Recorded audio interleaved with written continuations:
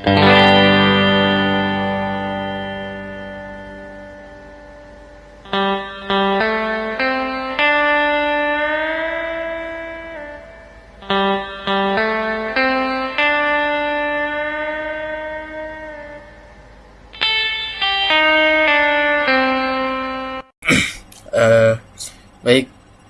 perkenalkan kami dari kelompok 1.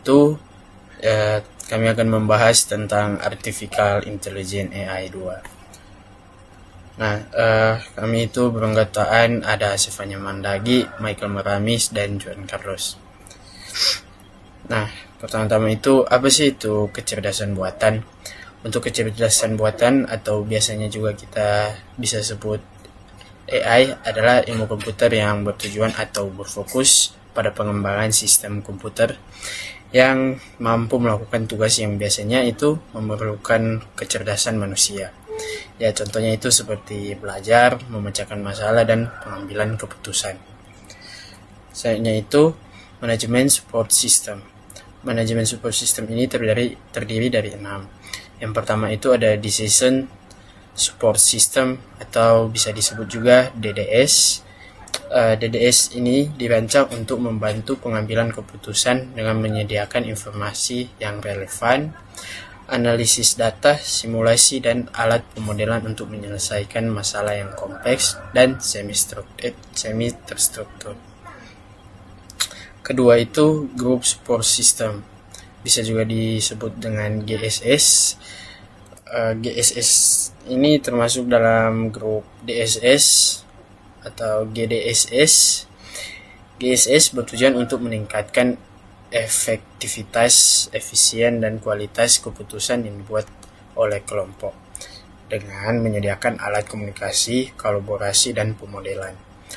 Dan selanjutnya ada Executive Information System atau EIS.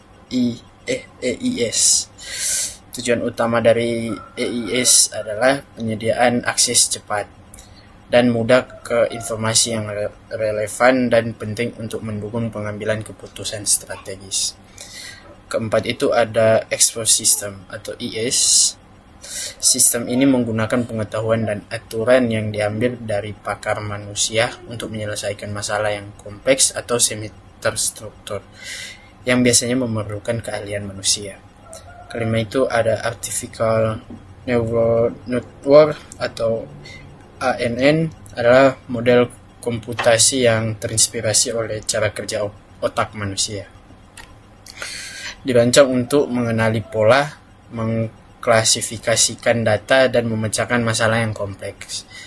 Dan yang terakhir itu yang keenam, Hybrid Support System, merupakan sistem yang menggabungkan fitur dari berbagai jenis sistem pendukung keputusan, ya seperti Decision Support System, Expert System, Group Decision Support System, dan Artificial Neural Network untuk memberikan solusi yang lebih komprehensif dan efektif dalam pengambilan keputusan. Selanjutnya itu ada faktor-faktor yang mempengaruhi pengambilan keputusan. Yang pertama itu ada kecepatan perubahan luar biasa besarnya. Yang kedua itu ada pendekatan manajemen trial and error menjadi lebih sulit. Yang ketiga, manajer harus lebih canggih, harus belajar bagaimana menggunakan tools dan teknik-teknik baru yang selalu berkembang di bidangnya masing-masing. Yang keempat itu selanjutnya itu ada 3 fase proses pengambilan keputusan. Yang pertama ada fase intelligence, untuk mendefinisikan masalah dengan jelas dan memahami kebutuhan keputusan yang diambil. Yang kedua ada fase design.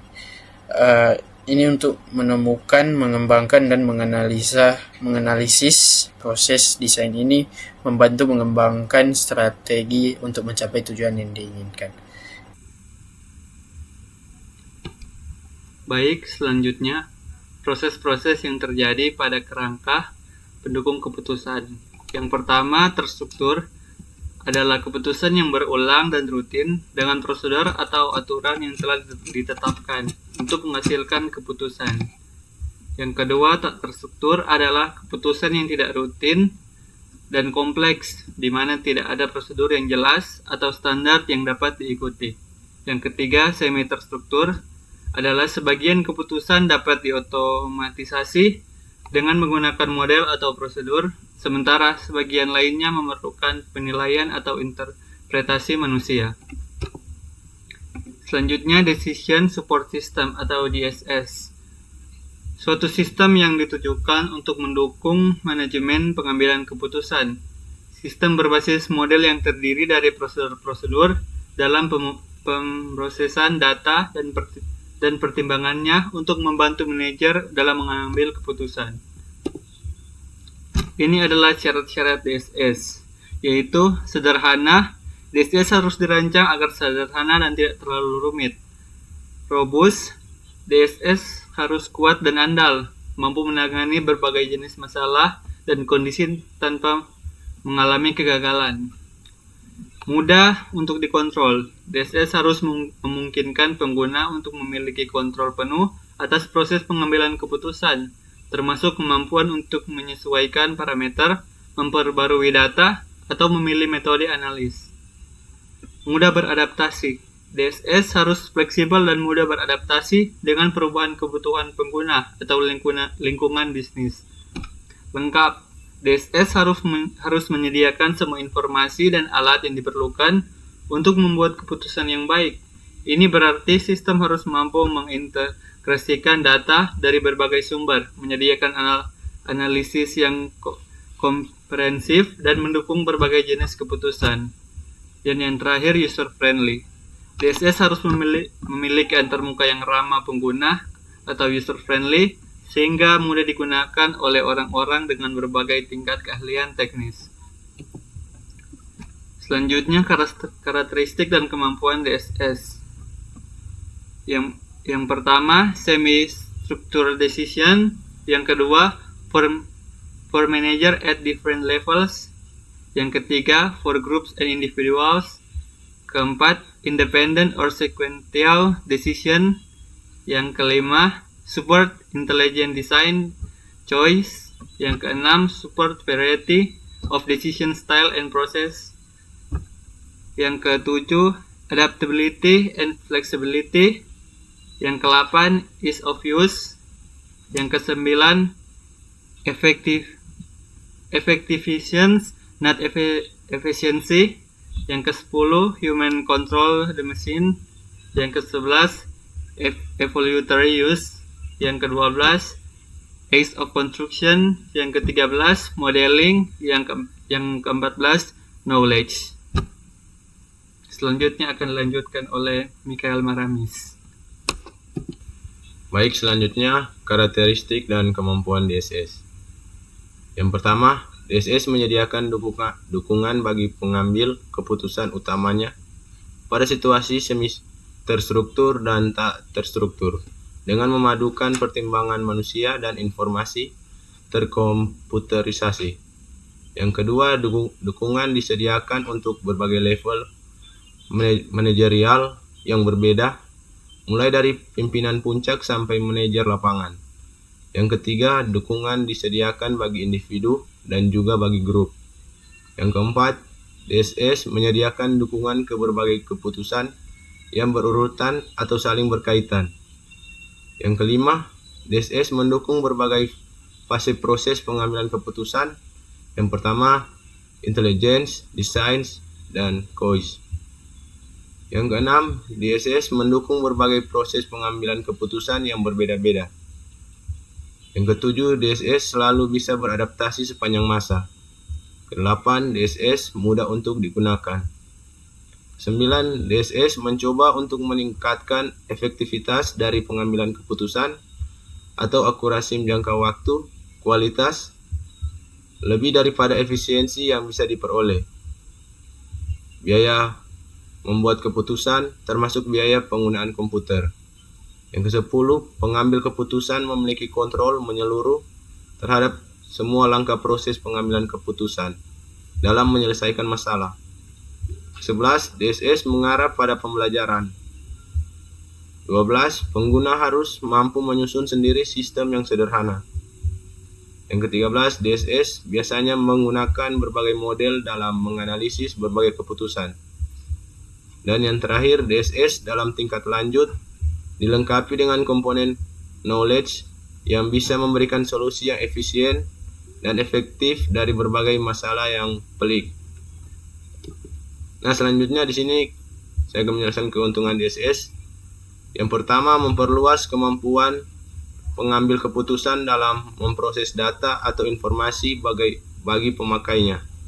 Yang kedua, membantu pengambil keputusan untuk memecahkan masalah, terutama berbagai masalah yang sangat kompleks dan tidak terstruktur. Yang ketiga, dapat menghasilkan solusi dengan lebih cepat, serta hasilnya dapat diandalkan. Yang keempat, mengurangi biaya operasional.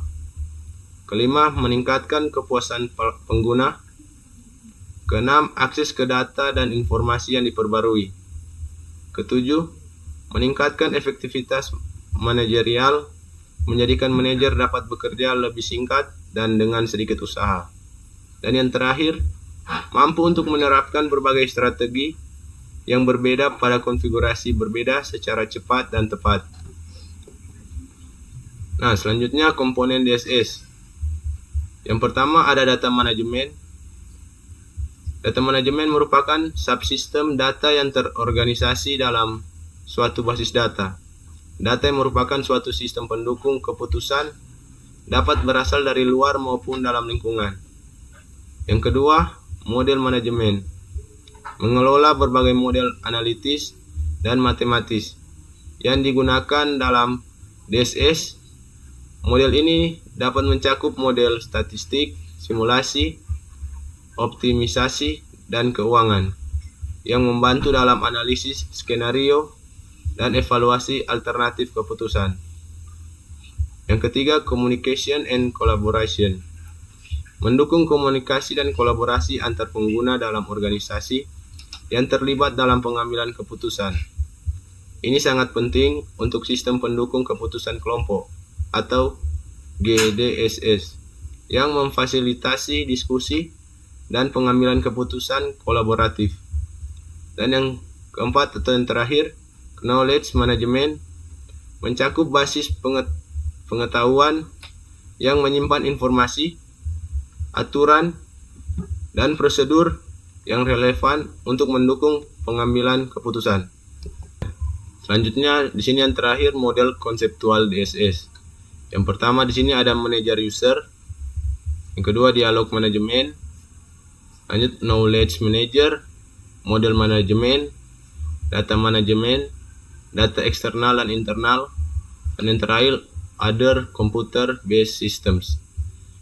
User interface digunakan untuk berinteraksi antar user dengan DSS, baik untuk memasukkan informasi ke sistem maupun menampilkan informasi ke user. Karena begitu pentingnya komponen user interface bagi suatu sistem DSS, maka harus bisa merancang suatu interface yang bisa mudah dipelajari dan digunakan user, dan laporan yang bisa digunakan user, serta pelaporan yang bisa secara mudah dimengerti oleh pengguna. Sekian penjelasan dari kami, kelompok 1. Mohon maaf jika ada kesalahan. Sekian dan terima kasih.